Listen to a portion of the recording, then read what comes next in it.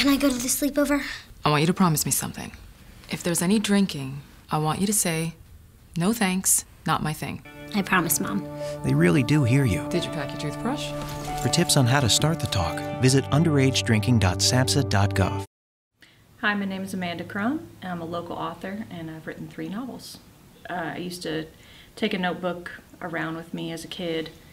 We lived in a trailer park in Winchester, and I used to take a little notebook around and just write down things that I saw and make up poems about different things in the neighborhood. So yeah, that was something I always wanted to do. But I didn't really consider it as something that I could do for a living until probably the early 2000s. I worked in retail and I was broke, so I didn't have a computer, but I wrote everything longhand in notebooks. And I wrote an entire novel that way.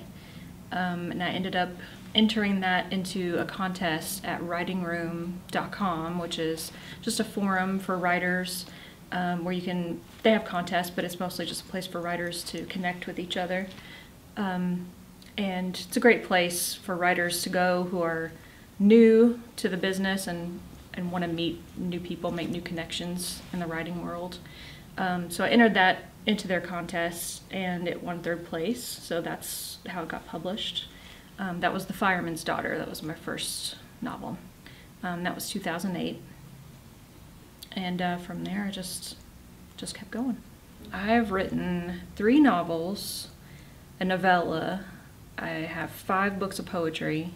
Some of those were self-published. They weren't all published through a traditional publisher, but that's still a great way to kind of get your name out there, because 2 of the self-published poetry books that I wrote, I entered into the Bram Stoker Awards, and they made the preliminary ballot, both of them did, for nominations. I didn't get a nomination, but that was just to get that far with something that, I didn't have any publisher backing me. It was all self-done.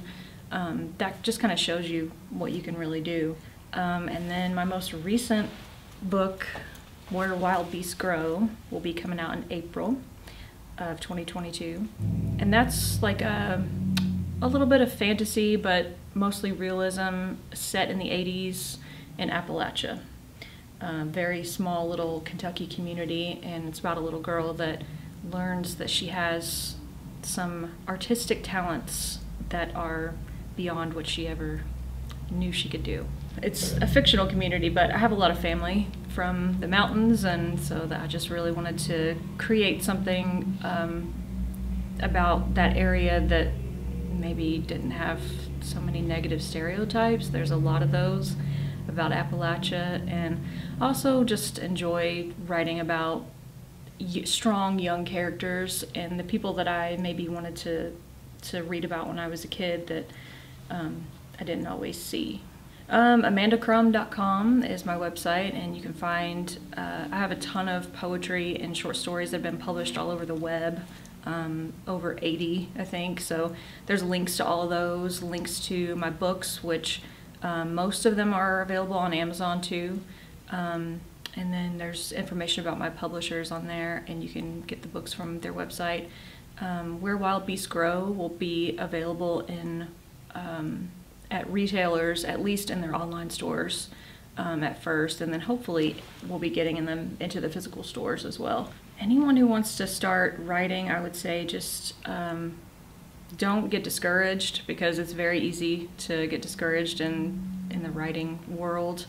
You put everything you have into a project, and it takes forever, and then you send it out, and maybe only a couple people read it, or it gets rejected from a publisher. That's a big thing. I still, deal with rejection. I take it kind of hard, but you have to have kind of a thick skin, because it's not always about your work. Sometimes it's just about that it's not a good fit for that publisher, or that you just don't have the right readers yet. So you just have to keep going and just let all that fall off your back.